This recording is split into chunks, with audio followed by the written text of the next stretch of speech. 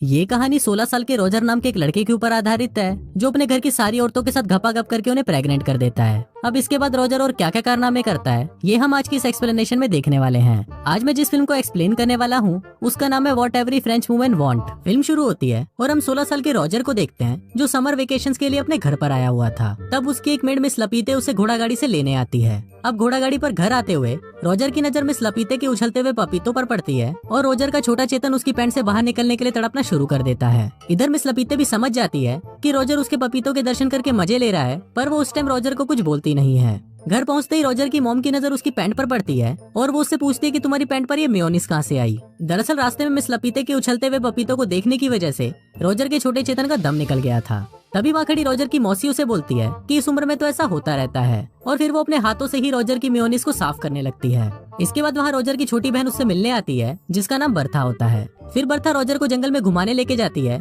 जहाँ पर उसकी मुलाकात वापस मिस लपीते से होती है। बातें करते हुए अचानक मिस लपीते को जोर से सुसु आ जाती है और वो रोजर के सामने ही अपनी स्कर्ट ऊपर करके पौधों पर बारिश करने लगती है। अब रोजर ये देखकर सोचने लगता है कि उसे ये सब क्या देखना पड़ रहा है। इसके बाद रोजर जंगल में घूम रहा होता है तो उसे वहाँ पर झाड़ियों के बीच में किसी लड़की की हंसने की आवाज सुनाई देती है। तभी रोजर देखता है कि वहाँ पर उसके घर की एक मेड उर्सुला किसी लड़के के साथ दबाकर संभोग कर रही है। तभी उर्सुला की नजर भी रोजर पर पड़ती है और वो उसको देखकर हंसने लगती है। अब रोजर ये सब देखकर डर जाता है और वहाँ से अपने घर भाग जाता है। रात को रोजर अपनी फैमिली के साथ डिनर करता है और डिनर करने के बाद वो अपने कमरे में सोने चला जाता है।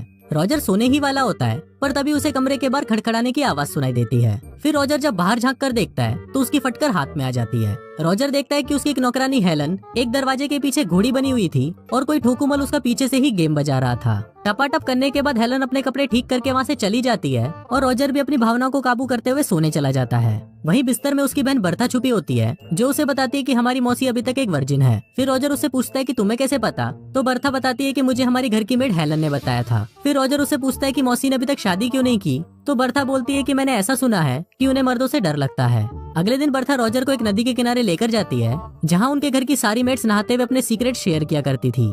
थोड़ी देर बाद वहाँ पर उर्सुला और बाकी मेड्स आ जाती हैं और रोजर और बर्था पेड़ के पीछे छुपकर उनकी बातें सुनने लगते हैं। फिर वहाँ पर नदी के दूसरे किनारे 3 दरिंदे जा रहे होते हैं और ये दरिंदे भी रोजर के घर पर ही काम करते थे। फिर ये तीनों वहीं पर ही सुसु करने लगते हैं और दूसरी तरफ बैठी हुई मेड्स को अपना छोटा चेतन दिखाने लगते हैं। अब उर्सुला भी उनसे 4 कदम आगे थी और वो भी अपनी स्कर्ट ऊपर करके उन्हें अपना पिछवाड़ा दिखाती है और ये सब बर्था और रोजर पेड़ के पीछे छुपकर देख रहे होते हैं। दूसरी तरफ घर पर रोजर की बड़ी बहन एलिसा अपने पापा के साथ आती है और घर के सभी लोग उसका वेलकम करते हैं। एलिसा एक एक करके सभी से गले मिलती है, पर जब रोजर की बारी आती है तो वो उसे सिर्फ हेलो बोलकर घर के अंदर चली जाती है। अब ये देखकर रोजर को समझ नहीं आ रहा होता कि उसके साथ ये अन्याय क्यों हुआ। तभी रोजर की छोटी बहन बर्था उसके पास आती है और उसे एक चर्च के अंदर लेके जाती है। फिर वो दोनों चर्च की छत पर बैठकर उसकी मौसी की बातें सुनने लगते हैं। उनकी मौसी मार्गरेट फादर के सामने अपने पापा को कन्फेस कर रही थी। मार्गरेट बोलती है कि फादर मेरे से एक बहुत बड़ा पाप हो गया है। दरअसल मेरा नेफ्यू रोजर कुछ ही दिनों पहले घर पर आया है और जब से मैंने रोजर को देखा है मैं उसके प्यार में बर्बाद हो गई हूँ। कई बार तो मैंने सपने में उसके साथ दबा के संभोग भी किया है। अभी सभी बातें ऊपर बैठा रोजर भी सुन रहा होता है और वो बहुत ज्यादा एक्साइटेड हो जाता है। रोजर सोचने लगता है कि इस घर में कोई तो है जिसको मैं भी पेल सकता हूँ, वरना घर की सारी औरतों को तो नौकर ही पेलते जा रहे हैं। अब ये पेलन कार्यक्रम की बातें सोचते हुए रोजर बहुत ज्यादा एक्साइटेड हो जाता है और वो सीधा छत से नीचे गिर जाता है। इसके बाद पादरी और मार्गरेट रोजर को घर पर लेकर आते हैं और उसकी माँ को सारी बातें बता देते हैं। फिर रोजर की माँ पादरी से पूछती है कि इस चूतिए को क्या सजा मिलनी चाहिए, तो इस पर पादरी बोलता है कि इसके पिछवाड़े को मार मार कर उसको बंदर के पिछवाड़े की तरह लाल कर देते हैं। फिर रोजर की माँ उसकी मासी मार्गरेट को बोलती है कि ये शुभ काम तुम करोगी। मार्गरेट पहले तो उसे ऐसा करने से मना कर देती है, पर रोजर की माँ के फोर्स करने पर वो ऐसा करने के लिए तैयार हो जाती है और रोजर के पिछवाड़े पर जोरदार फटके देती है, जिससे उसका पिछवाड़ा बंदर के पिछवाड़े की तरह लाल हो जाता है। रात को रोजर बेड पर उल्टा होकर सो रहा होता है क्योंकि उसके दोनों तबले सूजे हुए होते हैं। तभी उसे वापस अपने कमरे के बाहर बर्तनों के बजने की आवाज सुनाई देती है। रोजर देखता है कि इस बार भी कोई ठोकुमल हेलन के पीछे से उसकी ठुकाई कर रहा था और इस बार भी हम व्यूवर्स को पता नहीं चल पाता कि ये ठोकुमल कौन है जो अपना काम करके वहाँ से गायब हो जाता है। पर इस बार वहाँ पर रोजर के अलावा मिस्टर फ्रैंक भी खड़े थे जो हेलन की ठुकाई को एंजॉय कर रहे थे।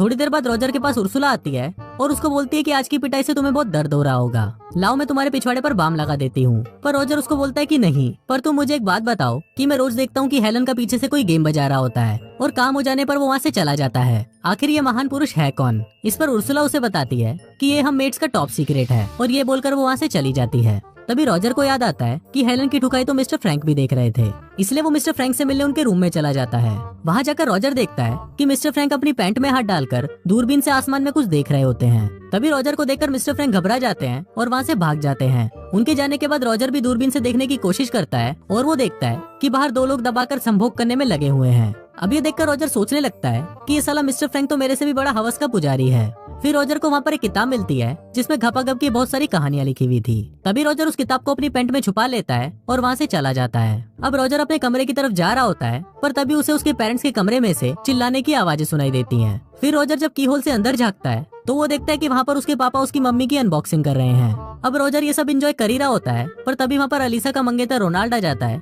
और वो रॉजर को झांकते हुए पकड़ लेता है। तभी रॉजर उसको बोलता है कि प्लीज तू मेरे पेरेंट्स को इस बारे में मत बताना और तुम जो बोलोगे मैं वही करूंगा। अब रोनाल्ड भी इस मौके का फायदा उठाता है और वो रॉजर से अपनी कार साफ करवाता है। इसके बाद हम देखते हैं कि रॉजर एक अस्तबल में छुपकर उस घपाघप की किताब को पढ़ रहा होता है और वो उसको पढ़ते हुए अपनी हाथ गाड़ी चलाने लगता है। पर तभी वहाँ पर एक नौकर चूतड़मल आ जाता है, जिसको देखकर रॉजर एक कोने में जाकर छुप जाता है। थोड़ी देर बाद हेलन भी वहाँ पर मुर्गियों को दाना डालने आती है। फिर चूतड़मल हेलन को वहीं पर ही फंसा देता है और उसके पीछे जाकर उसका गेम बजाने लगता है। फिर हेलन वहाँ पर रॉजर को देखती है और वो उसे हेल्प करने के लिए बोलती है। रॉजर जैसे ही हेलन की मदद करने के लिए आता है, हेलन रॉजर को मना कर देती है और बोलती है कि अभी थोड़ी देर रुक जाओ। दरअसल हेलन को अपना गेम बजवाने में मजा आ रहा था। फिर रॉजर भी बाहर देखने के लिए जाता है कि क्या हो रहा है, पर तब तक चूतड़मल हेलन का गेम बजा चुका होता है। इसके बाद रॉजर अपने घर के अंदर आता है, जहाँ पर उसकी बड़ी बहन एलिसा और उसका मंगेतर रोनाल्ड बैठे होते हैं। फिर रोनाल्ड रॉजर को देखकर उसे बोलता है कि मेरे जूते बहुत गंदे हो गए हैं और तुम इन्हें अच्छे से साफ कर दो, पर रॉजर उसे ऐसा करने से मना कर देता है। अब इससे रोनाल्ड गुस्सा हो जाता है और रॉजर की मॉम को उस रात की सारी बातें बता देता है। रॉजर की मॉम ये बात सुनकर बहुत गुस्सा हो जाती है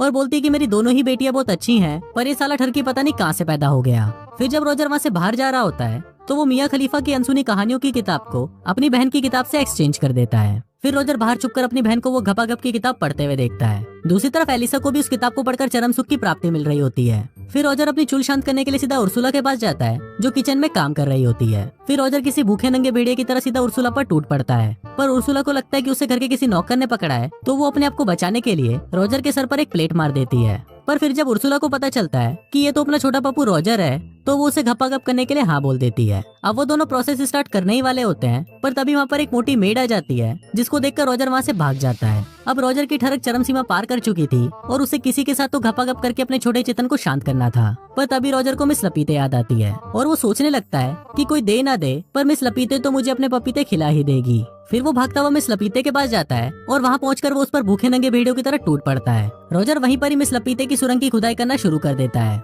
अब पहले तो मिस लपीते उसे ऐसा करने से मना कर देती है, पर बाद में वो भी रॉजर का साथ देने लगती है। फिर थोड़ी देर बाद एक डाकिया वहाँ पर चिल्लाते हुए आता है और बताता है कि जंग छिड़ गई है और जर्मनी ने फ्रांस पर जंग का ऐलान कर दिया है। अब ये सुनकर सभी लोग वहाँ पर इकट्ठा हो जाते हैं और रॉजर के छोटे चेतन को यहाँ पर भी निराशा का सामना करना पड़ता है। अब अगले दिन रॉजर की फैमिली के सभी मर्दों को जंग में जाना था, इसलिए वो सभी घर में पार्टी करने लगते हैं। तभी वहाँ पर मिस्टर फ्रैंक उन्हें बोलता है कि वो जंग पे नहीं जा सकता क्योंकि उसे अस्थमा है। फिर रॉजर को जब पता चलता है कि घर के सारे मर्द जंग पे जाने वाले हैं और सारी औरतें घर पर अकेली होंगी, तो वो ये सोचकर खुशी के मारे नाचने लगता है। अब फ्रांस में एक रिवाज होता है कि जब भी घर के मर्द जंग पर जाते हैं तो एक रात पहले सभी मर्द अपनी वाइफ के साथ जंगल में जाकर घपाघप करते हैं। अब वहाँ रॉजर भी उन सभी को घपाघप करते हुए देख रहा होता है और सोचता है कि बेटा जितना बजाना है बजा लो, पर कल से इन सभी का बैंड तो मैं ही बजाऊंगा। फिर अगले दिन घर के सारे मर्द जंग के लिए चले जाते हैं। फिर रॉजर सबसे पहले उर्सुला के पास जाता है और उसके साथ दबा के संभोग करता है। अगले दिन बर्था रॉजर को बोलती है कि हमारी माँ फादर के सामने कुछ कन्फेस करने वाली है, तो हम जाकर देखते हैं कि उन्होंने क्या पाप किया है।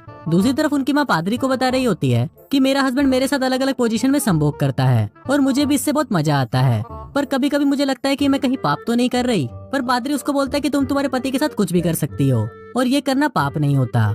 इसके बाद हम रोजर की मेड केट को देखते हैं, जो कि नदी के किनारे बैठी हुई होती है और उसके बाद रोजर उस पर भूखे मगरमच्छ की तरह टूटता है और उसके साथ घपाघप करता है और उसके बाद उसकी हिम्मत काफी बढ़ जाती है। औरतों को पेलने का प्लान बनाता है। फिर रात को रोजर अपनी मौसी मार्गरेट के कमरे में जाता है और उनके बिस्तर पर जाकर लेट जाता है। फिर थोड़ी देर बाद वहाँ पर मार्गरेट आती है और रोजर को देखकर चौंक जाती है। फिर रोजर मार्गरेट को बोलता है कि आप अभी तक वर्जिन हो, इसलिए मैं आपकी मदद के लिए आया हूँ। अब पहले तो मार्गरेट रॉजर को मना कर देती है, पर थोड़ी देर तक किस करने के बाद मार्गरेट एक भूखी शेरनी बन जाती है और वो दोनों पूरी रात घपाघप करते हैं।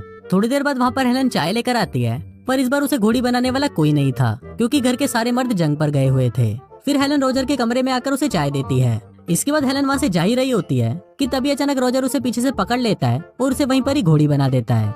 फिर अगले दिन रोजर अपनी बड़ी बहन एलिसा को देखता है जो एक अस्तबल में जा रही होती है। फिर रोजर भी उसके पीछे जाने लगता है और वहाँ जाकर देखता है कि एलिसा घोड़ों को घास डाल रही है। तभी रोजर लपक कर एलिसा पर टूट पड़ता है और उसके साथ घपाघप करना शुरू कर देता है। अब पहले तो एलिसा रोजर को मना कर देती है, पर थोड़ी देर बाद एलिसा को भी मजा आने लगता है और वो दोनों वहीं पर ही दबाकर घपाघप करते हैं। अब तो रोजर की मौज हो गई थी, क्योंकि घर की सारी औरतें एक एक करके रोजर के साथ घपाघप कर रही थी और कभी कभी तो रोजर एक साथ 3-3 मेट्स को भी घोड़ी बना देता था। एक दिन घपाघप करने के बाद एलिसा रोजर को बोलती है कि वो प्रेग्नेंट है। अब ये सुनकर रोजर की फटकर हाथ में आ जाती है, पर तभी वो देखता है कि युद्ध खत्म हो चुका है और सभी आदमी घर वापस आ रहे हैं। अब रोजर घर में बैठकर सोच रहा होता है कि इन सबसे जान कैसे छुड़ाऊं, पर तभी वहाँ पर उर्सुला आती है और वो रोजर को बोलती है कि मैं भी प्रेग्नेंट हूँ। फिर कुछ देर बाद उसकी मौसी मार्गरेट भी उसे बोलती है कि वो भी प्रेग्नेंट है। अब रोजर सोचने लगता है कि कुछ तो करना पड़ेगा, वरना घर के सभी लोगों को मेरे कांड के बारे में पता चल जाएगा। अब सबसे पहले रोजर एक लाल नेल पॉलिश लेकर आता है और उसे लेकर अपनी बहन एलिसा के पास जाता है। रोजर एलिसा की बेडशीट पर उस नेल पॉलिश को लगा देता है और बोलता है कि तुम रोनाल्डो को सेड्यूस करो और उसके साथ आज रात पलंग तोड़ घपाघप करो, ताकि रोनाल्डो को ये लाल रंग देखकर लगे कि तुम एक वर्जिन हो। इसके बाद वो अपनी मौसी मार्गरेट के पास जाता है और उसको बोलता है कि आप मिस्टर फ्रैंक से शादी कर लो, और मार्गरेट भी इसके लिए मान जाती है। इसके बाद वो उर्सुला के पास जाता है और उसे शादी के लिए प्रपोज करता है, पर उर्सुला उसे शादी के लिए मना कर देती है क्योंकि वो एक काणे आदमी को पसंद करती थी। अब 3 औरतों की एक साथ शादी हो जाती है और किसी को भी पता नहीं चल पाता कि रोजर ने पीछे से क्या कांड फैलाया था।